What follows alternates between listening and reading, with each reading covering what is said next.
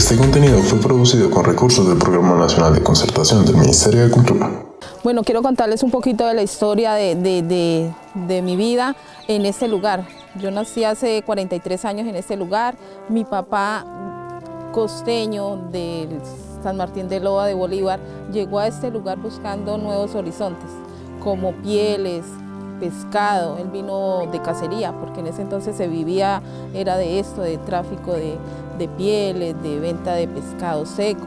Entonces mi papá, llamado por este majestuoso río que tenía tanta riqueza en ese entonces, como peces y muchos animales, el tigrilleo que decían en ese entonces, se vino buscando esa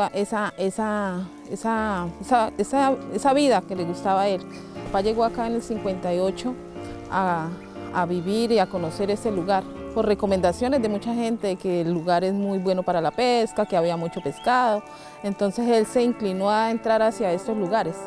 Inicialmente subió más arriba del raudal, empezó a pescar desde el raudal hacia arriba y traficaba con pieles de tigrillo y de cachirres, y compraba su remesa y volvía y se regresaba hacia el raudal en potrillo, porque se gastaba 3, 4 días viajando desde San José hasta aquí, hasta el raudal. Entonces eso hizo que él se enamorara como más del lugar, porque como costeño le fascinaba la pesca.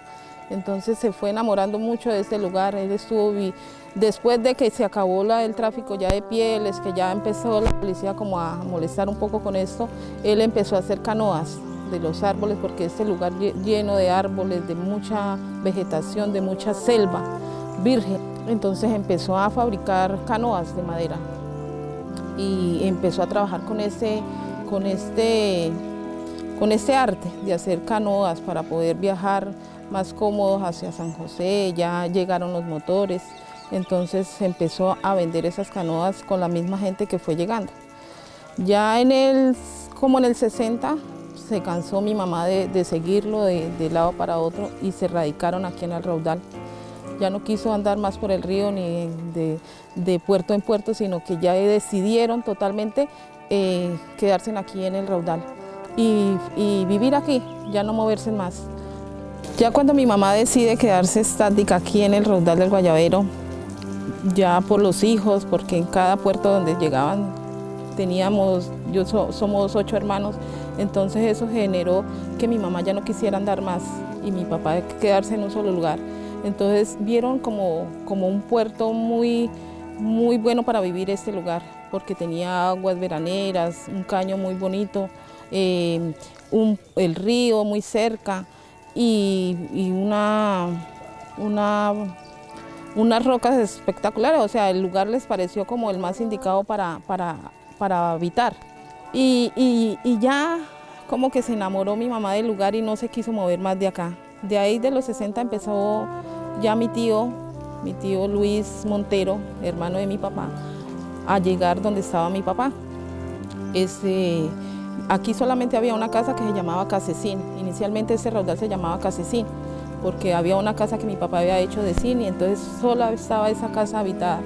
Y ya llegó mi tío en busca de mi papá. Entonces llegó a buscar a mi papá y se quedó también, se enamoró del lugar.